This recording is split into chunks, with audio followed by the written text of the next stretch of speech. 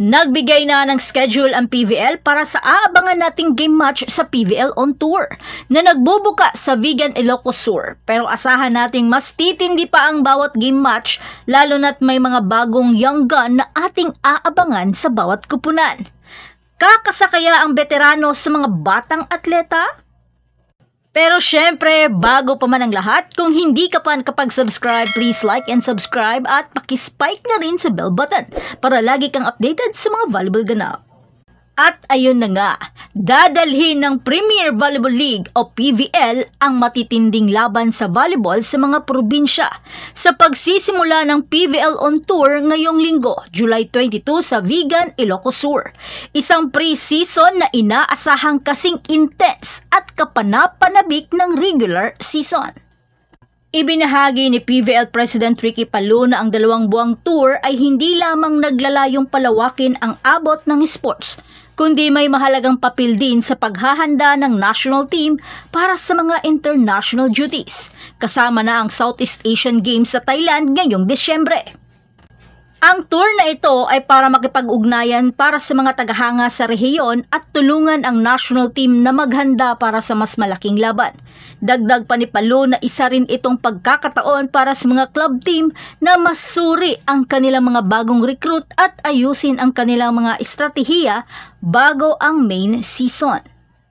Gamit ang PhilOil Eco-Oil Center sa San Juan bilang tanging venue sa Metro Manila, ang iba pang mga laro ay gaganapin naman sa Batangas City, Ilagan City sa Isabela at Pasig City naman sa Iloilo. 12 kupunan na nahati sa 2 pool ang naghahanda para sa isang mahigpit ngunit kapanapanabik na serye.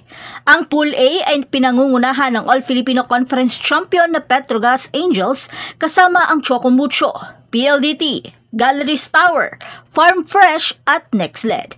Ang Pool B naman ay kinabibilangan ng powerhouse na Creamline, Cheritigo, Signal, Akari, Zeus Coffee at Capital One.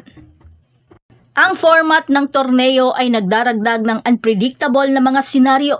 Matapos ang isang single round robin elimination mula June 22 hanggang July 29, ang nangungunang 2 kupunan mula sa bawat pool ay makakakuha ng pwesto sa quarterfinal. Ang mga kupunan na nasa rank 3 hanggang rank 6 ay makikipaglaban sa knockout play-in at ang mga mananalo ay aabante naman sa susunod na do-or-die round. Ang semifinals at medal matches ay magiging single elimination.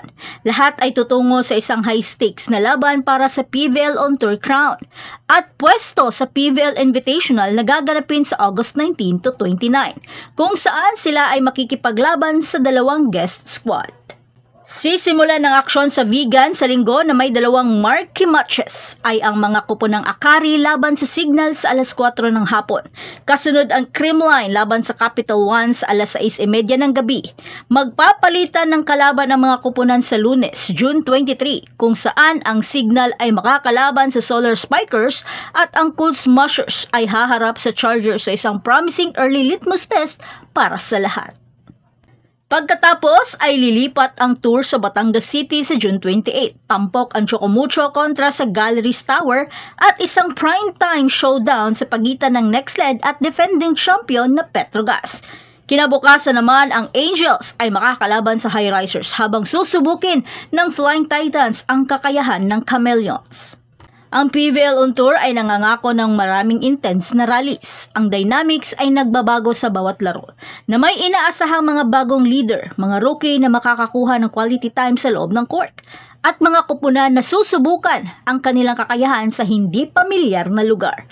Lahat ay matutunghayan natin sa isang tour na for sure puno ng unpredictable scene, intense match, at mga rookie na magpapakitang gilas sa kanilang galing. Sa unang match, matutunghayan natin agad ang number 1 overall pick na si Bella Belen na haharap sa ating phenom na si Alyssa Valdez. Kakasakaya si Belen sa kanyang mga ates. At yan na ang lahat para sa ating update ngayon. Mananatiling nakatutok para sa iba pang mga balita mula sa mundo ng Philippine Volleyball. Huwag kalimutan mag-like, mag-subscribe at i-spike ang notification bell para hindi ma-miss ang mga susunod na video.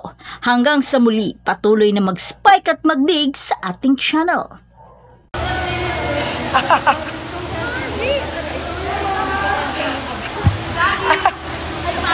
Wow, may abs.